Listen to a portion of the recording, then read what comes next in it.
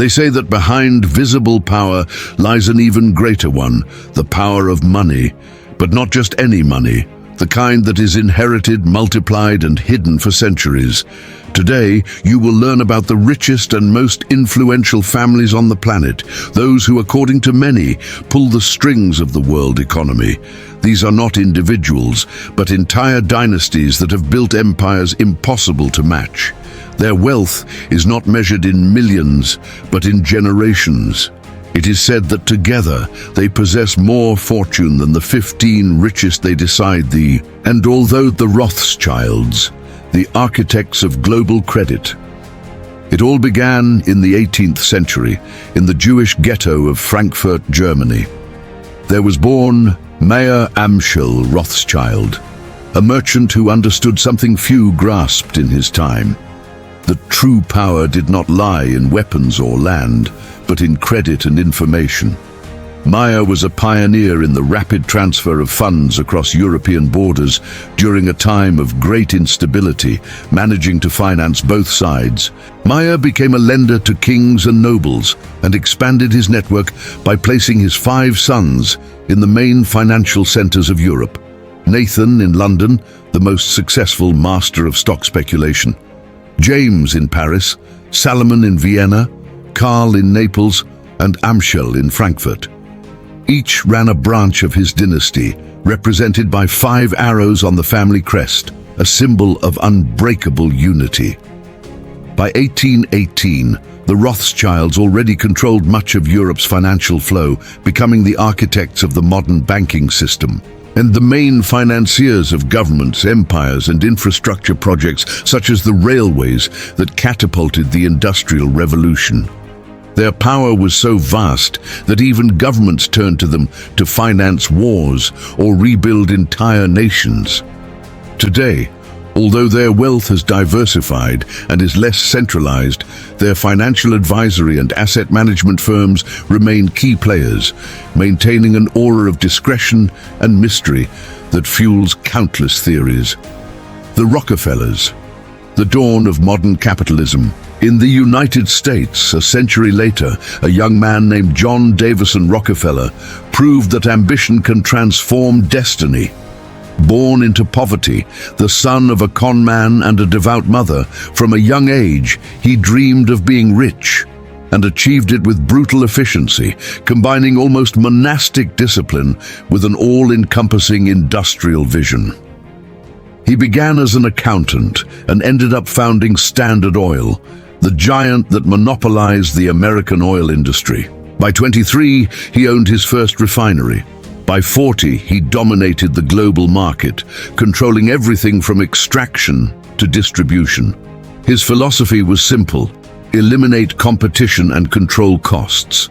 The government sued him for monopoly, forcing him to break up his company into 34 new firms, including the ancestors of ExxonMobil, Chevron, and BP.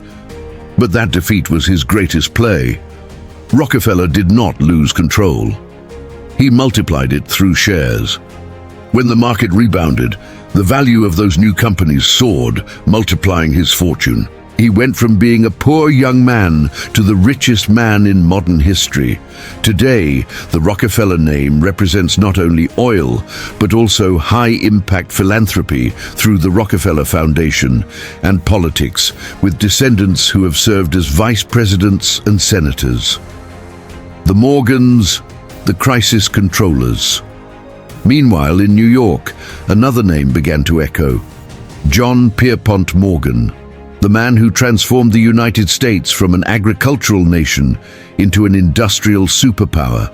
Morgan inherited wealth, but his true talent was organizing the country's financial chaos. He invested in railroads, steel, founding U.S. Steel, and electricity, merging Edison General Electric and Thomson Houston to create General Electric, rescuing entire industries from bankruptcy with unquestionable authority.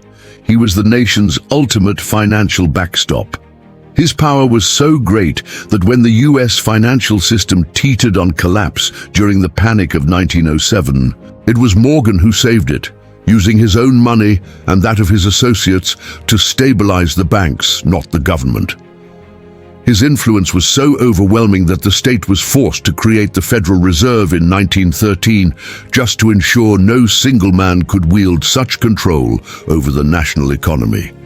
When Morgan died, he left behind not only a fortune, but an economic structure that still defines the modern world, embodied in the banking giant J.P. Morgan Chase. The Fords, the revolution of mass production. In a humble farmhouse was born Henry Ford, a boy who would change the history of human mobility. As a child, he would take apart clocks just to understand how they worked. Years later, he would do the same with engines.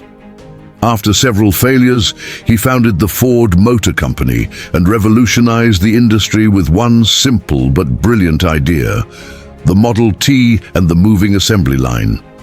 His innovation reduced car assembly time from 12 hours to 93 minutes, making vehicles affordable for the common man. His vision turned luxury into necessity and changed the global economy, establishing Fordism, mass production and high wages so that even his own workers could buy his products. Ford not only built cars, he controlled media, newspapers, steel production, and even military armament. He died working at 84, leaving behind a legacy continued by his grandson.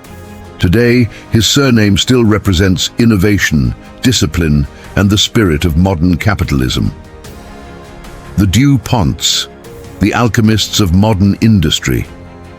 From France came Pierre-Samuel Dupont, fleeing the revolution. He brought with him a formula, gunpowder. With it, he founded a small company that soon became one of the largest chemical corporations on the planet.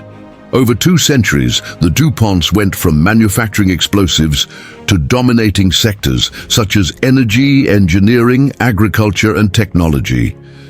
Their products are everywhere, from airplane steel to the components inside your mobile phone. During the 20th century, their influence expanded dramatically, becoming key suppliers of ammunition for the world wars and actively participating in top-secret projects like the Manhattan Project, the atomic bomb. They were also a decisive force in the automotive industry, acquiring a majority stake in General Motors in the 1920s and helping transform it into the giant it is today. Their true mastery, however, lies in material invention. Nylon, Teflon, Lycra, and neoprene are just a few of their legacies that forever changed daily life. The invisible power and dynastic interconnection. It is said that these families not only control companies, but entire structures of the modern world. Banking, pharmaceuticals, energy, food, everything seems to revolve under their shadow. The true secret of their power lies in silent interconnection, arranged marriages between dynasties, joint founding of key institutions, banks, investment funds, think tanks, and representation on the boards of the largest corporations on the planet, a phenomenon known as interlocking directorates, ensure that their interests do not compete but reinforce one another. They don't need to own 100% of a company. They only need a strategic stake and board control to direct global sector policy. The creation of the Council on Foreign Relations, CFR, in the US, participation in the Bilderberg Group, and funding of universities and media are often cited as mechanisms through which these dynasties subtly shape public opinion and global policy. Some call them the hidden elite. Others simply the architects of the world order. The truth is that their influence has shaped centuries of history, and their legacy remains present in every aspect of modern life. The new generation of tech billionaires, Bezos, Musk, Zuckerberg, still operate under the rules and financial systems that the Rothschilds, Rockefellers, and Morgans established more than a century ago. Final reflection. True power is not the one that shouts its existence, but the one that sets the rules of the game for everyone else. These dynasties represent the continuity of power through time, proving that the most enduring fortune is not the one that is spent, but the one invested in structures of influence that guarantee generational hegemony. Perhaps true power is not shown. It is exercised in silence, by names few know yet everyone feels in the price of gasoline, in the technology we use, and in the stability or instability of the global financial system.